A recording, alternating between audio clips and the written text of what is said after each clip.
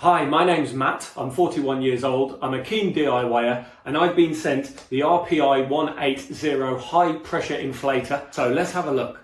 First of all, why would you buy this product? Now, everybody's got an inflator of some description, normally comes with your vehicle and you keep it in the boot next to your spare tyre. The reason you'd probably want one of these is for two reasons really. Number one, you don't have to worry about charging anything via a cigarette port in your vehicle. In addition, when you come to do the other side of the car, once you've started, you don't have to start feeding the corded inflator through the car. You can take this, you can put it right next to the tyre that you're working on. It will make the job a lot quicker and a lot easier as well. So let's have a look at the product. The battery, first of all, is 18 volt. It runs on the Ryobi One system, which is what I personally use for all of my projects. Have quite a lot of Ryobi tools already. And yeah, let's have a look inside the box. So here's the product out of the box. I have pre-prepared and fully charged a Ryobi battery for you to show you this product. But here we go. Suitable click to make sure that it's in nice and secure. And all we have to do is turn it on. And then once connected to a tyre, the pressure should then show you what the current PSI is, which we can knock up or down with these buttons. And then all we need to do, once it's clicked on, is press this button.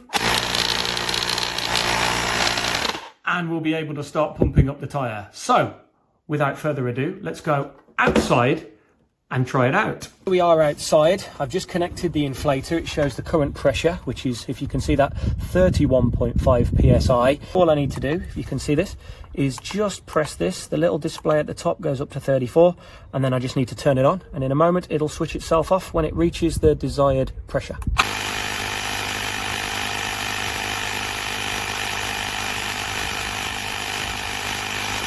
Nice and easy. 34 is reached, and now we can do the next one.